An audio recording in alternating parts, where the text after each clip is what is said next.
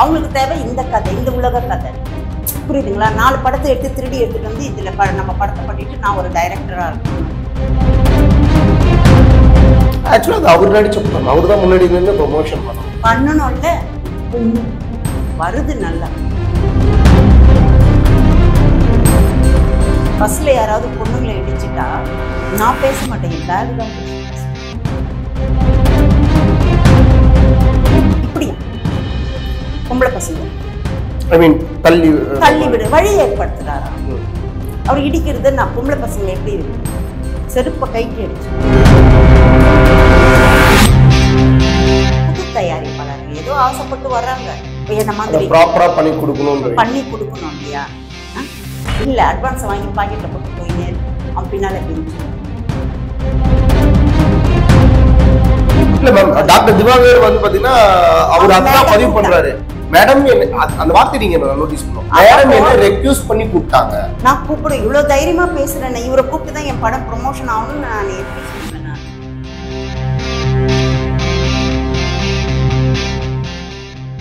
Reporter கூட சரி, பொது கருத்து என்னன்னா எப்படின்னா சபநாகரிகம் ஒண்ணு புரியுதா? அப்படியே அவர் பேசினா கூட புரியுதா? அப்ப பைலான் பேசுறது தப்புன்றீங்க. அப்படி இருக்க சொல்லி எனக்கு ஒரு நன்றி பேசினேன், விசுவாசமா பேசணுமா வேண்டாமா அதை பேசல. ஒரு பெண் இயக்குனரை இவர் யோசிச்சாராம்.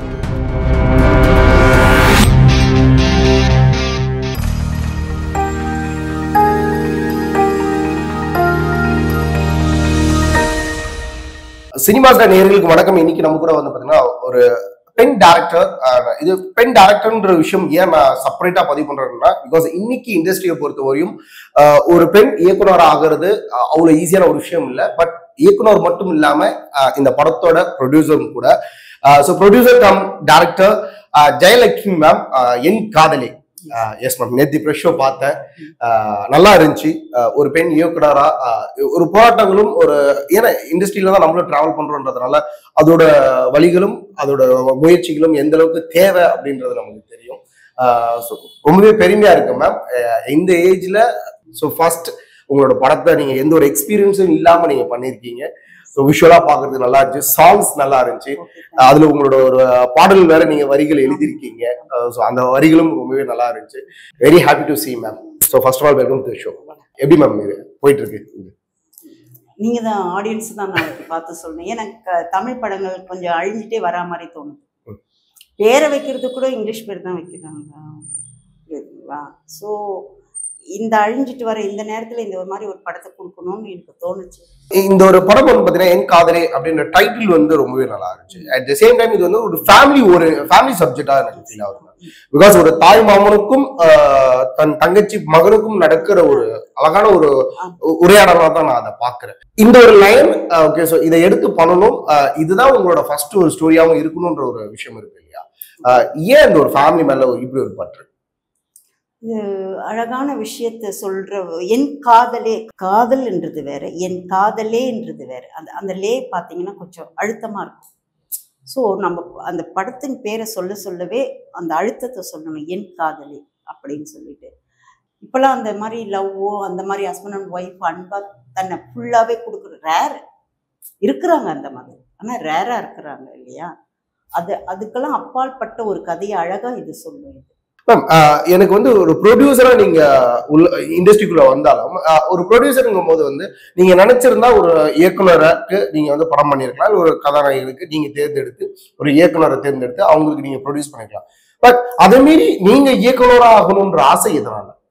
ஆசைன்னா இப்ப நான் சொன்னேன் இல்லைங்களா, நான் கொஞ்சம் சொல்லி இப்ப அசிஸ்டண்டா கொஞ்சம் வச்சாலே மாத்தி எடுத்துடுறாங்களே. அவங்களுக்கு தேவை இந்த கதை, இந்த உலக கதை. புரியுதுங்களா? 4 படத்தை எடுத்து திருடி எடுத்துட்டு வந்து இதுல நம்ம படத்தை பண்ணிட்டு நான் ஒரு டைரக்டரா இருக்கணும்னு அதெல்லாம் நான் பார்த்துட்டேன். இப்ப தமிழ் படங்கள்லாம் நான் பாக்குறேன். அந்த ஒரு டீப் இது இல்ல, அந்த ஃபேமிலி கான்வர்சேஷன் கிடையாது. இந்த டீப் லவ் சொல்றது நீங்க எங்க வேணா, இப்ப நீங்க பிறந்து வளர்ந்துருக்கீங்க, இந்த மாதிரி ஒரு இங்கிலீஷ்காரிய கொண்டு மதுரைப்பட்டினம் ஏதோ அது கூட இப்படி சொல்லாத காது, அது வேற மாதிரி சொல்லுது. உங்களுக்கு புரியுதா? இந்த மாதிரி வெள்ளைக்காரி வந்து இவ்வளவு டீப்பா லவ் பண்ற மாதிரி சொல்லவே இல்லை அந்த சீன்ல. நீங்க எது வேணாலும் எடுத்து பாருங்க. இந்த மாதிரி ஒரு ஸ்டோரி வந்தா என்கிட்ட சொல்லுங்க. நான் எதையுமே காப்பி பண்ணி இதை எடுக்கணும்னு நான் எடுக்கவே இல்லை. என்னுடைய உணர்வுகள் இந்த காலகட்டத்தின் லவ் எப்படி இருக்கணும், யூத்துங்க எப்படி இருக்கணும், அந்த ஒரு எப்படின்னா சமுதாயத்து மேல ஒரு பற்று, அவ்வளவுதான். உறவு மேல ஒரு பற்று, காதல் மேல ஒரு பற்று. சோ ஒரு இயக்குனர் ப்ரொடியூசர் ஆகணும்ன்றதுக்கு முன்னாடி ஜெயலட்சுமி யார்? ஜெயலட்சுமி வந்து ஒரு சாதாரண ஒரு 7 அண்ணனுக்கு தங்கை. 3 அண்ணனுக்கு தங்கையே. அது என்ன ஒரு படம், குஷ்பு நடிச்ச படம், சின்ன தம்பி. சின்ன தம்பி. அது 3 அண்ணனுக்கு தான் தங்கச்சி இல்லையா? எங்க வீட்டுல 9 பேர். எங்க அக்கா ஒருத்தர் இருக்காங்க. 7 அண்ணன் எனக்கு. நான் தான் கடைசி. அப்ப எவ்வளவு வாழா இருந்திருக்கும் இது இல்லைங்களா? அதுக்குன்னே எங்க அண்ணனுங்க என்ன வெளிநாட்டுல கட்டி கொடுத்துட்டாங்க. லிபியா தான் என்ன கல்யாணம் பண்ணி கொடுத்தது. ஓகே. நான் இவ்வளவு நாள் வெளிநாட்டுல தான், இங்கேயும் வருவேன், சவுதி, லிபியா, அமெரிக்கா, லண்டன் இப்படிதான் சுத்திட்டு இருந்தது நான். ஸோ அதெல்லாம் பார்க்குறப்போ இங்க வந்து பார்த்த பேரு இந்த தமிழர்களுடைய கல்ச்சர் கெட்டு போயிட்டே இருக்குதுன்ற ஒரு வேதனை அடி மனசுல இருக்குது எனக்கு. அந்த மாதிரி ஒன்று உருவாகக்கூடாதுன்னு ஒரு சமூக சேவை தான் சொல்றேன். ஒரு பெண் இயக்குனரா இன்னைக்கு இண்டஸ்ட்ரியில எந்த அளவுக்கு ஈஸியான ஒரு விஷயமா நீங்க பாக்குறீங்க பயணிக்கிறது? செம்ம கஷ்டம். பெண் இயக்குனரா வர்றது வந்து அதை தான் சொன்னேன். ஆணுக்கு பெண் அடிமை தான் ஏன் சொன்னேன் நான். ஒரு ஆண் இல்லாம ஒரு சிங்கப்பெண்ணா மாறவே முடியாது. அதியா ஒரு நேரு இருந்தாங்க, இந்திரா காந்தி உருவானாங்க. ஒரு எம்ஜிஆர் இருந்தாங்க, ஜெயலலிதா உருவானாங்க. உங்களுக்கு புரியுதா? எந்த பொண்ணும் தனிப்பட்ட முறையில பெரிய இதுவாகலன்றது என்னுடைய இது கருத்து. புரியுதா? நிறைய வேதனை, சமூக பத்தியே எனக்கு நிறைய வேதனை இருக்கு. பஸ்ல யாராவது பொண்ணுங்களை இடிச்சிட்டா நான் பேச மாட்டேன், என் பேக் தான் பேசும் ஃபர்ஸ்ட். என்ன அறியாம. எனக்கு என்ன பேக்ரவுண்ட் அதெல்லாம் தெரியாது. பட்டுன்னு என்னடா அமெரிக்கால பிறந்தீங்க இடிச்சிட்டு நிக்கிறீங்க அப்படின்னு சொல்லுவேன். பசங்க, அந்த பொம்பளை பசங்க, ஆண்டி பரவாயில்ல பண்ணிட்டு, ஏய் வாய் முடி. அங்கங்க தப்ப தட்டி தட்டி கேட்டுட்டா ஒண்ணுமே இல்லை. பொருட்காட்சியில் அப்படித்தான் ஒருத்தன் வந்து வழி ஏற்படுத்துறாராம். எப்படி பாத்தீங்கன்னா இப்படியா பொம்பளை பசங்களை தள்ளி விடு வழி ஏற்படுத்துறாரா. அவர் இடிக்கிறது நான் பொம்பளை பசங்களை எப்படி கைட்டி அடிச்சுட்டேன், செருப்பை கைட்டி அடிச்சுட்டேன். அப்போ எல்லாரும் சொன்னாங்க, அந்த ஆம்பளைங்கெல்லாம், அது எப்படி ஒரு ஆம்பளைய செருப்பால் அடிப்ப? ஏன் அப்ப அவன் தொட்டு பார்க்க சொல்ற, சரி பரவாயில்லன்னு இருக்க சொல்றீங்களா? அப்பதான் இன்னொருத்தரை போய் தொடுவான்ட்டு. பஸ்ல யாராவது பொண்ணுங்களை இடிச்சிட்டா நான் பேச மாட்டேன், என் பேக் தான் பேசும் ஃபர்ஸ்ட். என்ன அறியாம. எனக்கு என்ன பேக்ரவுண்ட் அதெல்லாம் தெரியாது. பட்டுன்னு என்னடா அமெரிக்கால பிறந்தீங்க இடிச்சிட்டு நிக்கிறீங்க. ஒரு அண்ணன் வந்து அவனை அடிச்சிருப்பான்ல. புரியுதுங்க? ஒரு ஆணுக்கு எவ்வளவு அழகான ஒரு இடம் இருக்குது பாருங்க இந்த உலகத்துல. ஆண் ரொம்ப கிரேட்டுங்க. சோ இந்த படத்துல வந்து 4 பாடல்கள் இருக்கு. அதுல ஒரு பாடல்கள் வந்து நீங்க எழுதியிருக்கீங்க. ஏன் அந்த பாடல் முதற்கொண்டு எழுதணும்ன்ற ஒரு ஐடியா, என்ன காரணம்? அதுதான் சொல்றேனே, அந்த காதல நான் ரொம்ப காதலிப்பேன். ஓகே. அதனால ரொம்ப இது 2 காக்கா கொஞ்சம் சின்ன ரொம்ப அழகா ரசிப்பாங்க. அந்த அன்பை ரசிப்பேன். குருவிக்கரை பார்த்தா பேன் எடுத்துட்டு இருப்பாங்க, அதை நின்று பார்த்து ரசிச்சுட்டே இருப்பேன். கடவுள் கொடுத்தது 100 வயசு தான். அதுவே கொஞ்சம் பருவத்துல சின்ன குழந்தையில கழிச்சிரும், அப்புறம் இந்த இதுல கழிச்சிரும். ஏன் அந்த நொடிகளை அன்பை ஒருத்தருக்கு பரிமாற்றம் பண்ணக்கூடாது? அப்படி பண்ணாலும் அது தெரிய மாட்டேன்றது. மெயின் திங் மேம், இப்ப நீங்க சொன்னீங்க ஆக்சுவலா உங்களோட படத்துக்கு வந்து பாத்தீங்கன்னா நீங்களும் பாடல் வரிகள் எழுதிருக்கீங்க. இன்னும் கூடுதலாகவும் கபிலன் எழுதியிருக்காரு, சந்துருன்ற ஒருத்தர். ஆனா இதை தவிர்த்து எல்லாருமே வந்து பாத்தீங்கன்னா புதுமுகங்களா வந்து உங்களோட டெக்னீஷியன் டீம்லயும் சரி, நடிகர்களையும் சரி, புதுமுகங்களா அறிமுகப்படுத்துறீங்க. நீங்க ஒரு ப்ரொடியூசரா வந்து அந்த இடத்துல நீங்க திங்க் பண்ணவே இல்லையா? ஏன் வந்து, ஏன்னா இன்னைக்கு வந்து ஒரு வியாபாரம்ன்றது வந்து பாத்தீங்கன்னா புதுமுகங்களை வச்சு படம் பண்ற இடத்துல கிடைக்காது. இதுவே வந்து ஒரு வெல் ஃபேஸ், இப்போ இவர்களை வச்சு எடுத்தா நம்மளுக்கு ஒரு பிசினஸ் இருக்குங்கும் போது அவங்க வச்சுதான் நோக்கி பயணிப்பாங்க ப்ரொடியூசர். ஆனா ஏன் உங்களுக்கு புதுமுகங்களை அறிமுகப்படுத்தணும்ன்ற ஒரு ஐடியா? நல்ல கேள்வி இது. உண்மையாவே எங்க போங்க ஃபேஸே இல்லை. அப்ப இவங்களுக்கெல்லாம் ஃபேஸே இல்லையா? முதல் இப்ப ரொம்ப ஃபேஸ் இருக்கிறவங்க கூட ஸ்டார்டிங்ல ஃபேஸ் இல்லாம தானே வந்திருப்பாங்க. அவங்க நான் எடுத்த உடனே பெரிய ஆளா நடிக்க வந்தாங்களா? இல்லை, நடிக்க தானே ஃபேஸ் வந்துச்சு. நான் நடிக்கிறவங்களே வச்சு ஃபேஸ் இல்லைன்னு சொல்றதை விட அந்த ஃபேஸே இல்லாதவங்கள நடிக்க வச்சு பார்க்கணும். நான் பணம் சம்பாதிக்கணும், நீ ரொம்ப லாபத்தை கொடுக்கணும் அப்படி இல்லை. ஜனங்க ரசிக்க தெரியணும், அந்த ரசனை ஒருத்தருக்கு இருக்கணும் அப்படின்னு நான் ஃபீல் பண்றேன். புரியுதுங்களா? அந்த தயாரிப்பாளர்களை எத்தனை பேர் கெடுக்கிறானுங்க. முதல்ல எவ்வளோ இருக்குதோ கொண்டு வா, இங்கே ஷூட்டிங் எடுக்கலாம், எவ்வளோ இருக்குதோ இல்லை, அவன் பாக்கெட்ல எவ்வளோ இருக்குதோ நீ பார்த்து படம் எடுக்கிற நீ தான் சரியான டைரக்டர். புரியுதா? இதுதான் ஒரு பட்ஜெட் பண்ணோம்னா அந்த பட்ஜெட்ல முடிச்சு கொடுக்கணும். அது படத்தை அது ஒரு இது அவங்களுக்கு முடிச்சு கொடுக்கணும், அவங்களுக்கு உறுதுணையா இருக்கணும்னு சொல்றது கிடையாது. பேசினா நிறைய பேசலாம். சினிமா எடுக்க வரோன்னு வச்சுக்கோங்களேன், அவங்களுக்கு நிறைய சம்பளத்தை போட்டு கொடுப்பான். புது தயாரிப்பாளருங்க ஏதோ ஆசைப்பட்டு வர்றாங்க, என்ன மாதிரி ப்ராப்பரா பண்ணி கொடுக்கணும் இல்லையா? இல்ல அட்வான்ஸ் வாங்கி பாக்கெட்ல போட்டு போயின்னே இருக்கும், அவன் பின்னால கெஞ்சிடும். ஏமாற்றம் தான் வாழ்க்கையா இருக்குது இந்த காலகட்டத்துல. அதெல்லாம் கொஞ்சம் கொஞ்சம் குறையலாம்ல. என்னுடைய கதாநாயகனே என் படத்தை முடிச்சு கொடுக்குற வரைக்கும் அவர் வரவே இல்லை. இல்ல நான் அதை கேட்கணும்னு நினைச்சேன், ஏன் பிரஸ் ஷோக்கு அப்புறம் பிரஸ் பீப்புளை மீட் பண்ணதுக்கு அவர் வரல? யாரு? அதுக்கே அவரை நாங்க கூப்பிட்டோம், நீங்க வாங்க. நான் கூப்பிடல, நான் ஒரே வார்த்தை சொன்னேன், நான் மட்டும் உட்காந்துட்டு இருக்கேன், என் பிரஸ் மீட்டிங் தானே, உண்மை இருந்தா பாக்கட்டும்பா ஜனங்க, இல்ல விட்டுட்டு போட்டோம் அப்படின்னு தைரியமா தான் இருந்தேன். படத்துல கதையை கேட்டு நடிச்சாரு, சம்பளமும் வாங்கிட்டாரு. அது சுத்தி இருந்தவங்களும் ஐயோ கதாநாயகனை கூப்பிடணும். சரி, அவங்களுக்காக இப்ப அவர் இதை பார்த்துட்டு தானே இருப்பாரு, புரியுதா? அப்போ இதை பாக்குறப்போ அவர் சொல்றாரு, பெண் இயக்குனரா முதல் சொன்னாங்க, அதை நான் யோசிச்சேன். இன்னைக்கு போஸ்டர் காட்டின இவர் யாருன்னு கேக்குறாங்க. ஆக்சுவலா லிங்கேஷ் வந்து ஒரு தொகுப்பாளர் தான், சன் மியூசிக்ல தொகுப்பாளர் இல்லையா? ஏதோ ஒரு படத்துல ரேவதி சொன்னல, என்ன மதுரையில கேட்டாங்க நான் வேண்டான்னு சொல்லிட்டேன், என்ன தஞ்சாவூர்ல கேட்டாங்க வேண்டான்னு சொல்லி, போஸ்டர் காட்டினா யாருன்னே தெரியல, லிங்கேஷ் யாருன்னு தான் கேட்குறாங்க. இனி என் படத்துக்கு அப்புறம் அவர் ஃபேமஸ் ஆவார். அப்படி இருக்க சொல்லி எனக்கு ஒரு நன்றி பேசினேன், விசுவாசமா பேசணுமா வேண்டாமா அதை பேசல. ஒரு பெண் இயக்குனரை இவர் யோசிச்சாராம். உடனே அவ காலரை தூப்பிங்க, படத்துல மூஞ்சே காணும், என்ன படமே வெளியே வரல. என்னை அங்க கேட்டாங்க, என்னை இங்க கேட்டாங்க, நான் தான் போனா போதும். இப்ப கூட சரி, எனக்கு நிறைய வேலை இருந்துச்சு, மேடம் போன் பண்ணாங்களே, நான் வந்துட்டேன். ஆக்சுவலா அது அவர் நடிச்ச படம், அவர் தான் முன்னாடி நின்று ப்ரொமோஷன் பண்ணணும்ல. வருது நல்லா ஃபேஸை வச்சுட்டு நான் ஒரு படத்தை எடுத்திருக்கிறேனே, அந்த நன்றி உனக்கு வேணா, உனக்கு நடிப்பு அழகா நடிப்பை பிரசன்ட் பண்ணியிருக்கிறேனே. இந்த குற்றச்சாட்டு ரெகுலராகவே இருக்கு மேம். நீங்க பார்த்துருப்பீங்க, நீங்க தொடர்ந்து பிரஸ் மீட்ல வர எல்லாருமே வந்து பாத்தீங்கன்னா, ஈவன் சின்ன முதலீட்டுல படம் எடுக்கிறவங்க எல்லாருக்கும் இருக்கிற ஒரு பிரச்சனையா இருக்கு. இதுக்கான ஒரு தீர்வு என்னவா பாக்குறீங்க? ஏன்னா நிறைய நடிகைகள் வர்றதில்ல, நிறைய நடிகர்கள் வர்றதில்ல, ஆனா சம்பளம் வாங்கி கதை கேட்டுதான் நடிச்சிருக்காங்க, சம்பளத்தெல்லாம் வாங்கி போட்டுக்கிறாங்க. இவங்க சாப்பிட்டு ஃபுட்டுன்றது ரொம்ப முக்கியமானது. அசிஸ்டன்ட்க்கும் நீ அளவுக்கு மிஞ்சி நான் அப்படியா, அப்போ அண்டவுட்டுனே என் பொண்டாட்டி கைன்ற மாதிரி தமிழ்ல தான் பேசுறேன். நான் தமிழ் கரைச்சி தான், அதனால தமிழ்லயே நான் பேசுறேன், எதை பத்தியும் கவலைப்படல. மற்றவங்க வீட்டு பைசா தயாரிப்பாளர் பைசானா நீ இஷ்டத்துக்கு இது வரைக்கும் சாப்பிட்டு காலி பண்ணிடுவியா? சோ அன்னைக்கு வந்து டைரக்டருக்கு ஒரு மதிப்பு இருந்துச்சு, இன்னைக்கு நடிகர்களுக்கு தான் மதிப்பு இருக்கு. ஆமா. இன்னொரு விஷயம் மேம், நீங்க தயாரிப்பாளருக்கு சுத்தமா மதிப்பே இல்லைங்க இண்டஸ்ட்ரியில. நான் அதை சட்டையே பண்ணல. யூனியன்லாம் எதுவும் சப்போர்ட் பண்ணலையா? ஏன்னா இன்னைக்கு தயாரிப்பாளர் சங்கம் யூனியன் இருக்கு, இயக்குனர் சங்கம் யூனியன் இருக்கு.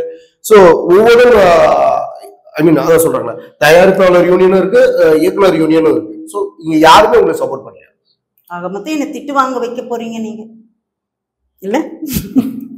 எங்க எல்லா இடத்துலயும் குற்றம் இருக்குதுங்க. தயாரிப்பாளருக்கு அந்த உணர்வு வேணும் இல்லையா? நீ ஒழுங்கா நீ தயாரிப்பாளர் இதுல ஒரு சங்கத்துல ஒரு மீட்டிங் இன்னைக்கு வரைக்கும் இத்தனை பேர் குற்றம் தான் வந்து சொல்லுங்க. இல்ல நீங்க தயாரிப்பாளர் சங்கத்துல, அதான் சொல்றேன், நான் உண்மையை சொல்லிடுவேன். நானு ஒரு லெட்டர் கொடுத்தா கூட அது குப்பை தொட்டிக்கு போயிடாது. ஓகே. இன்னொரு விஷயம் நீங்க பதிவு பண்ணும்போது சொன்னீங்க, என்னோட படத்துல வந்து நிறைய அறிமுகம் நடிகர்களுக்கு இல்ல டெக்னீஷியனுக்கு நான் வாய்ப்பு கொடுத்துருக்கேன் அப்படின்ட்டு. பட் இவ்வளவு விஷயங்களை முயற்சி பண்ணிட்டு உங்களோட ஒரு பப்ளிசிட்டிக்காக, ஒரு சின்ன ஒரு சீப் பப்ளிசிட்டிக்காக வந்து பாத்தீங்கன்னா இன்ஃபுளுசரை நீங்க எடுத்துக்கிட்டதுக்கு காரணம் என்ன? ஏன்னா பிகாஸ் நான் ஏன் இந்த இன்ஃபுளுசர் பப்ளிசிட்டி நீங்க எதிர்பார்க்கறீங்க? ஒரே ஒரு விஷயத்தை பார்க்கணும், நமக்கு வந்து தொலைநோக்கு பார்வை தான் இருக்கணும். இதுல நான் கூட்டணி எங்கேயாவது ப்ரூவ் பண்ண சொல்ல அவரும் சொல்லிக்கிறாரு. இல்ல மேம், டாக்டர் திவாகர் வந்து பாத்தீங்கன்னா அவர் அதான் பதிவு பண்றாரு, மேடம் அந்த வார்த்தை நீங்க நோட்டீஸ் பண்ணும், மேடம் என்ன ரெக்யூஸ் பண்ணி கூப்பிட்டாங்க. நான் கூப்பிட இவ்வளவு தைரியமா பேசுறேன், இவரை கூப்பிட்டு தான் என் படம் ப்ரொமோஷன் ஆகணும்னு நான் எப்படி சொல்லுவேன்? நான் இப்ப திவாகரை வந்து பாத்தீங்கன்னா பைலோன் ரங்கநாதன் கேள்வி கேட்டார் இல்லையா? பிகாஸ் படம் சார்ந்த ஒரு விஷயங்களை பேசுங்க, நீங்க எக்ஸ்ட்ரா விஷயங்கள் நீங்க பேசாதீங்க, எங்களுக்கு டைம் இல்லைன்னு ஒரு விஷயத்த பதிவு பண்ணாரு. ஆனா மீண்டும் வந்து படத்தை பத்தி பேசாம அவரோட ப்ரொமோஷனுக்கு பேசுற மாதிரியே இருக்கு. யார் பெரியவரோ அவங்களை அட்டாக் பண்ணி பேசினா அந்த இடத்துல நமக்கு ஒரு சீப் பப்ளிசிட்டி கிடைக்கும்ன்ற ஒரு விஷயத்துல திவாகர் பேசுன மாதிரி இருந்துச்சு. அதை நீங்க எப்படி பாக்குறீங்க? நான் பயில்வானையும் கூப்பிடல, புரியுதா? அவரு ரிப்போர்ட்டர் சைட்ல இருந்து இன்வைட் பண்ணிருக்காங்க, வர்றாங்க.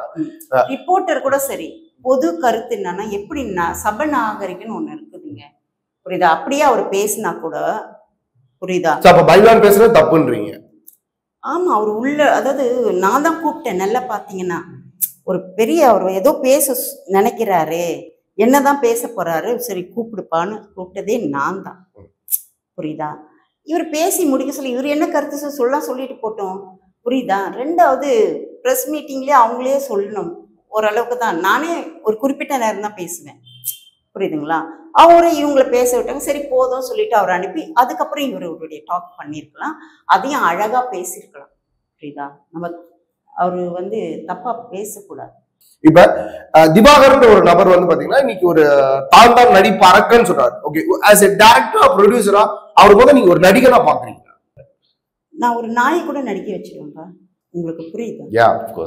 ஒரு நான் இயக்குனரா இருந்தேன்னா எப்படிப்பா ஒரு பொண்ணை நடிகர் வெள்ளைக்காட்சியை நடிக்க வச்சிருக்கேன், பாத்தீங்களா? ஒரு நடிப்பு நான் ரொம்ப ரசிச்சேன், கியூட்டா நல்லா இருந்துச்சு. அந்த ஃபீல் எப்படி குடுக்குறா பாத்தீங்களா? சோ கதையை எவ்வளவு அழகா அவகிட்ட சொல்லியிருந்தா அந்த ஃபீல் அழகா வாங்க. ஓகே மேம், இன்னைக்கு ஒரு இன்ஃபுளுசரா பாத்தீங்கன்னா நிறைய பேர் பட வாய்ப்புகள் ஈஸியா கிடைச்சிருது எல்லாருக்கும். ஏன் நான் இந்த கேள்வி கேட்கிறேன் மேம், இன்னைக்கு தியேட்டர் ஆர்டிஸ்ட்னு இருக்காங்க, கூத்து பாடுறேன். பல பல போராட்டங்களுக்கு மத்தியில தன்னோட நடிப்பாலையும் தன்னோட திறமையாலையும் வளர்த்துக்கிட்டு ஒரு சிறந்த முறையில பாத்தீங்கன்னா திரையரங்குல வெளிப்படணும்னு நினைக்கிற நிறைய திறமைசாலி இருக்காங்க. ஆனா இன்னைக்கு பாத்தீங்கன்னா ஈஸியா ரீல்ஸ் அண்ட் டப்பாச் இல்ல பாத்தீங்கன்னா மத்தவங்களோட ஆக்டிங் பேஸ்ல வச்சு இன்ஸ்டா இன்ஃபுளுசர்ன்ற ஒரு விஷயத்த வச்சு ஈஸியா சான்ஸ் கேட்டு போயிடுறாங்க. ஒரு புதுமுகம் நடிகருக்கு வாய்ப்பு கொடுக்கிற விதத்துல நான் உங்கள்கிட்ட கேட்கிறேன், இதை எப்படி பாக்குறீங்க? ஒரே ஒரு விஷயம், எல்லாரையும் படத்துல ஏத்துக்கிறாங்கன்னு சொன்னா நான் நம்பவே மாட்டேன், புரியுதுங்களா? எல்லாரும் வர்றாங்களா, அவங்கவுங்க கேரக்டர் வேணா பேசுவாங்க, பொழுதுபோக்கு பார்த்துட்டே இருப்போம். முடிவுன்னு ஒண்ணு இருக்குல்ல, அந்த கேரக்டரை யாருமே சினிமாலையும் ஏத்துக்க மாட்டாங்க, வேற எதுலயும் ஏத்துக்க மாட்டாங்க. அப்படி ஏத்துக்குன்னா அதுவே தப்புன்றேன் நான். இப்ப நான் சொல்லிட்டேன்னு வச்சுக்கேன், யார் பேரையாவது, அவன் நாளைக்கு கமெண்ட்ஸ் போடுவான், இவங்க இப்படிதான் அவங்க அப்படித்தான்னு சொல்லிட்டு, புரியுது? அதை படிக்கிறவங்க மற்றவங்களும் அதை தான் நம்புவாங்க. அதை போய் என்னன்னு ஏதுன்னு விசாரிப்பாங்களா? விசாரிக்க மாட்டாங்க. எதுக்கு இந்த சொல்லுவாங்க, தெரியாததை மெதிச்சுட்டு நம்ம காலம் தான் அசிங்கப்படும். நம்ம பார்த்து நடந்துட்டு போயிட்டா, ஏன்னா சமூகத்துல அது அதிகமா இருக்குது. அப்ப இண்டஸ்ட்ரியை பொறுத்தவரை ஒரு பெண் போராளியாக தான் போராட வேண்டியதா இருக்கு. கண்டிப்பா. ஜெயலட்சுமி மறுபடியும் ப்ரொடியூஸ் பண்ணுவாங்களா? ப்ரொடியூசரா பார்க்கலாமா இல்ல இயக்குனரா பார்க்கலாமா? இதுக்கு ஏன்னா என் காதலே இந்த படத்தோட அனுபவம் ஜெயலட்சுமிக்கு என்ன கத்து கொடுத்தனா இன்னும் இன்னும் அந்த சமூக பற்று எனக்கு குறையில, புரியுதுங்களா? பெண்களுக்கு நான் பாடுபடணும், பெண்களுடைய விஷயத்தை நிறைய சொல்லணும். ஒரு கோடியில ஒரு 2 பேராவது என்னால மாற மாட்டாங்களா? பாலு மகேந்திரன் மாதிரி ஒரு இயக்குனரை பெண் ரூபத்துல பார்க்கணும்னா உங்களோட கதைகள் மூலமா பார்க்கலாம். கண்டிப்பா. அப்ப இனி ஃபியூச்சர்ல நீங்க டைரக்ஷன் பண்றதுக்கு வாய்ப்புகள் இருக்கு? கண்டிப்பா இருக்குது, எல்லாமே இறைவன் செயல். நிறைவாக ஒரே ஒரு கேள்வி மேம், இன்றைய இயக்குனர்கள்ல எந்த இயக்குனர் கொஞ்சம் சமூக கருத்தோட படம் எடுக்கிறதா நீங்க நினைக்கிறீங்க? பெண்களை வாழ வச்சாருன்னா பாலச்சந்திரன், அதுக்கப்புறம் குடும்பத்தெல்லாம் வாழ வச்சாங்கன்னா பாரதிராஜ். ஒரு குடும்ப கதையா சொன்னது, கிழக்கு சீமையிலே தானே அது, நெப்போலி. அதுல பாத்தீங்கன்னா ஒரு அண்ணன் தங்கச்சி பாசத்தை கொண்டு வந்தாரு இல்லையா? அலைகள் ஓய்வதில் அது ஒரு ஜாதி சமூகமற்ற ஒரு காதலை அவர் கொண்டு வந்தார். அந்த மாதிரி அவங்களெல்லாம் சொல்லலாம். இன்றைய காலகட்டத்தில் இயக்குனர்கள் கேட்கிறேன், மூட்டி கொடுத்துட்டு வேடிக்கை பார்க்குற மாதிரி இருக்குது இப்ப இருக்கிற வெறும் வெட்டு குத்து, புரியுதா? பெரிய இளைஞர்களை பேக்ரவுண்டுக்கு பெரிய மிருகங்களா ஆக்கிட்டு போயின்னு இருக்குது, புரியுதா? இன்னும் அது மாறணும். அதை பற்றியெல்லாம் பேசுறதை விட அதை பற்றி பேசி வெட்டு குத்தை விட அந்த வெட்டு குத்து வர்றதால நீ என்ன அனுபவிக்கிறன்றதை காட்டணும். இன்னைக்கு 24 வயசு உள்ள ஒரு இளைஞர் இன்னைக்கு டூரிஸ்ட் ஃபேமிலின்னு சொல்லிட்டு ஒரு படம் எடுத்திருக்காரு. நீங்க எதிர்பார்க்குற மாதிரி இது ஒரு ஃபேமிலி ஓரியன்டட் ஒரு சப்ஜெக்ட். இன்னும் அந்த படம் நான் பார்க்குறேன். Okay ma'am. ஸோ பார்த்துட்டு நீங்க அந்த கருத்தை நீங்க உங்களோட சோசியல் மீடியாவில் பதிவு பண்ணுவீங்கன்னு நான் நம்புறேன். நிறைய யங்ஸ்டர்ஸ் நீங்க எதிர்பார்க்குற பயணத்தை எடுத்து வச்சிருக்காங்க. அதற்கு ஒரு ப்ரொடியூசரா உங்களால என்ன சப்போர்ட் பண்ண முடியும்ன்றத கண்டிப்பா பண்ணுங்க. சின்ன சின்ன இளைஞர் பசங்களை நல்லா வளர வைக்கணும்னு நான் நினைக்கிறேன். அவங்கக்கிட்ட இருந்த அந்த ஆர்வமும் இருக்கணும், சாதிக்கணுன்ற அந்த ஒரு எண்ணம் இருக்கணும். So, அப்படி ஒரு இயக்குனர் புதுமுகம் இயக்குனர் உங்களை தேடி வந்தா நீங்க ப்ரொடியூஸ் கண்டிப்பா பண்ணுவீங்களா? கண்டிப்பா கண்டிப்பா Okay. கண்டிப்பா அவங்க எப்படி கொண்டு போறாங்கன்றது கதை ரொம்ப முக்கியம் இல்ல. Yes. 4 உயிரை வாங்குறேன் 5 உயிரை வாங்குறேன்னா வாங்கணும். நானும் அந்த மாதிரி வாங்குற மாதிரி படம் எடுப்பேன். சமூகத்துல எப்படி தேவையற்ற மாதிரி செயல் பண்றான்ல, அதுக்குன்னே நானும் படம் வச்சிருக்கேன். என்கிட்ட 4-5 கதைகள் இருக்குது, புரியுதுங்களா? அவனை எப்படி வெட்டணும் குத்தணும்னு கூட எனக்கு தெரியும். ஜெயலட்சுமி மேம்க்கு வந்து பாத்தீங்கன்னா வேற ஒரு பேனர்ல படம் பண்றதுக்கு ஐடியா இருக்கா? அந்த மாதிரி வந்தா கண்டிப்பா பண்ணுவேன். ஓகே. அப்படி என்னுடைய சப்போர்ட் எல்லாமே இளைஞர்களாக தான் இருக்கணும் எனக்கு. ஏன்னா என்னுடைய ஏஜ் இல்லை, 63 ஏஜ்டு. பட் என்னால் அந்த பாஸ்ட்டை மூவ் பண்ணாத நான் சொல்கிறத கரெக்டாக கொண்டு போய் சேர்க்க அந்த இளைஞர் வேணும் எனக்கு. அதனால் இவங்களை வச்சு நான் இவங்களுக்கும் சொல்லி கொடுப்பேன் எப்படி எடுக்கணும் அப்படின்ட்டு. இதே கொள்ளைலாம் கூட எடுக்கலாம், நான் அதை எடுக்கக்கூடாதுன்னு சொல்ல. சமூகத்தில் இந்த மாதிரி சீரழி உண்டாக்குறானுங்களே, அவங்கள எப்படியெல்லாம் களை எடுக்கணுமோ அப்படியும் என்கிட்ட கதைகள் இருக்கு. ரொம்ப சந்தோஷம் மேம் இன்னைக்கு உங்களை சந்திச்சதுல. என் காதலே படம் ரிலீஸ் ஆகுது, எல்லாரும் மக்கள் ஆதரிப்பாங்கன்னு நினைக்கிறேன். அதுல ஒரு நல்ல ஒரு லவ் ஸ்டோரி நான் பார்த்தேன், நல்ல ஒரு ஃபேமிலி அண்டர்ஸ்டாண்டிங் பார்த்தேன். எனக்கு அந்த படம் பர்சனலா நிறைய இடத்துல கனெக்ட் ஆச்சு, பிடிச்சிருந்துச்சு.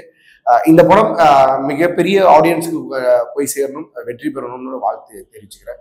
நன்றி, வணக்கம். வணக்கம். உங்களை மாதிரி ஆதரவு எனக்கு எல்லா இளைஞர்களும் பெண்களும் வயதானவர்களும் எனக்கு ஆதரவு கொடுக்கணும் அந்த படத்துக்கு. அப்போதான் நான் எனக்கு ஆதரவு கொடுங்கன்னு சொல்லலை, எங்கள் அல்லாவை நிரப்புங்க நான் சொல்லவே இல்லை. படத்துக்கு ஆதரவு கொடுங்க, அந்த மாதிரி கருத்துள்ள படங்கள் வர்றதுக்கு ஆதரவு கொடுங்க. இன்னும் ரொம்ப தாழ்மையாக கேட்டுக்கொள்கிறேன். நன்றிப்பா. நன்றி, வணக்கம்.